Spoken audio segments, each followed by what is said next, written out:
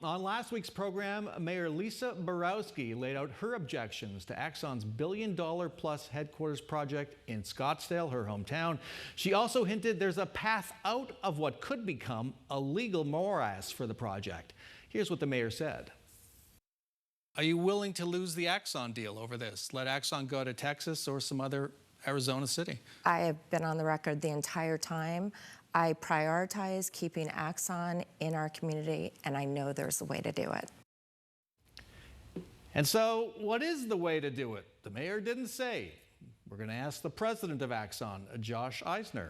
Welcome to Square Off. Thank you for having me. First, I want to kind of introduce you to folks out there. How did a poli-sci government major at Harvard end up running this massive company that sells equipment to law enforcement? Your guess is as good as mine, but one thing led to another. 2 weeks after college, I drove out to Arizona to start in, at that point, Taser's leadership development program. I thought Rick was a really interesting guy and really wanted to work for a founder coming out of college. And we had a lot of success early on. And it's one of those fake it till you make it type of deals that, in this case. Like a lot of other folks, migrants to Arizona who just come for a better future. Yeah, absolutely. Absolutely. It's been a great 16 years out here. Okay, well, now let's get to the present. Scottsdale's mayor, I think it's fair to say, hates this Axon bill. She's spoken quite harshly about it. That gives your company the go-ahead to build a headquarters with apartments, condo, retail, hotel, pretty big project.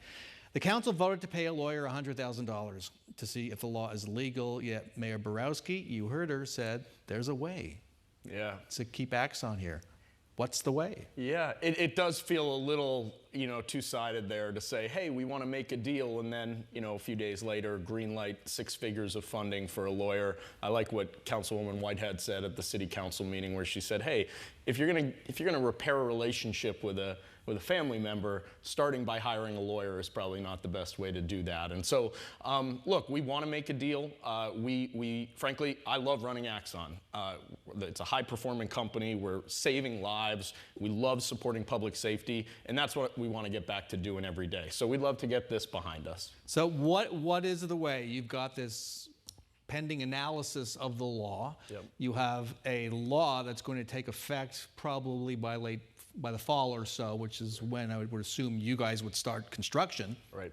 May have a groundbreaking. What's the way to get you to that point where you can stick a shovel in the ground? Yeah, it's really challenging right now because we have 2 very pro-business supporters on the city council with Councilwoman Whitehead and Councilwoman McCallan.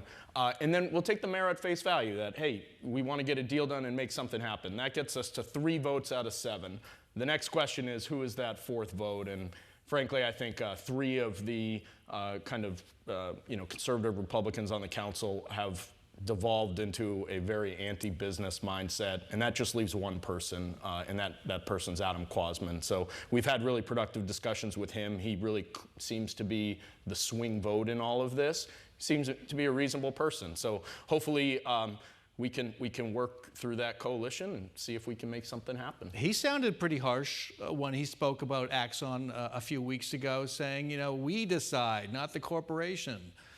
And you're saying you think he's on your side? I don't know that he's on our side, but I think there's a deal to be made there. I think everybody wants to, get this behind us and focus on other things in Scottsdale, like infrastructure and roads, and frankly, it's time to move on from this and get back to business. So what is that deal? As I've heard one thing could be just repealing the original ordinance, writing a new agreement with Scottsdale, and kind of starting from scratch. Is that a possibility? I don't think that's going to be the case. I think, frankly, we've already gotten approval from the city council in Scottsdale. We've already had the state weigh in, in a one-sided way with a supermajority in the House. We've had the governor sign this bill. So from where we sit, we've kind of arrived at the point we wanted to be at, but to be good neighbors, to be good partners to the city, we're willing to give back some of that to make something work. It wouldn't be a complete rewrite of the agreement,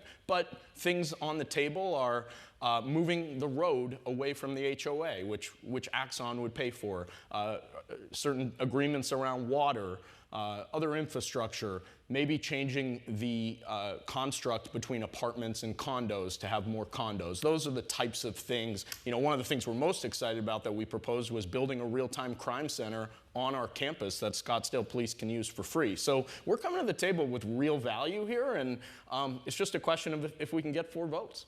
Is that a line in the sand for you, just not renegotiating the agreement? Well, I think all of those things I mentioned would be amendments to the agreement. And so, we're willing to be reasonable here, but when you have a winning hand, we're not going to fold it. Okay. Let's go back to the legislation that Scottsdale wants to review. The bill raises 2 constitutional questions. It appears to block the constitutional right to referendum, and it appears to have been designed for a single company, Axon. You read it over, and it's almost like a description of a police suspect. People would say, yeah, that's Axon, and probably no other company, which would violate the Constitution. Did any lawyer at any point say to your executive team, you know what, this might be unconstitutional? Absolutely not. And not only that, some of the city staff have admitted that the city has a very weak case here. So if they want to litigate it, we'll litigate it. I don't think that's going to end well for the city. I don't agree with those assertions on the constitutionality of it. Of course, it's not my decision. It'll go in front of judges if it goes in that direction, but we're very confident in our position on this. But you are ready to litigate if the city wants to go in that direction? Of course. Litigation is not new to Axon. We've been through some of it. Most recently, we defeated the FTC at the Supreme Court 2 years ago in front of the 9 justices. We got a unanimous opinion. We're very confident in our legal team, but more so, we're confident on our legal ground in this issue. Would the city be nuts to sue, spending hundreds of thousands of dollars? Of course. It's lunacy. It's just lunacy. It's we're trying to run a business. Most cities in this country would be doing cartwheels thinking about the idea of bringing $4 billion of economic impact and 5,500 jobs to a city. Suing us would not lead to a great outcome for either of those. But are you house hunting in Texas? We have a lot of interest from a few other states. The state stepped forward in a big way, a bipartisan coalition in the legislature, as well as the governor. So our preference would be to stay here and work things out with Scottsdale. But look, our business is moving really, really fast. We've gone from a $10 billion valuation 3 years ago to a $55 billion valuation today. We're scaling very quickly. We can't wait around forever and get caught up in the middle of this political theater with this stuff. All right. Josh Isner, thank you so much for joining us. Yeah, thank you very much, Bram. Appreciate it.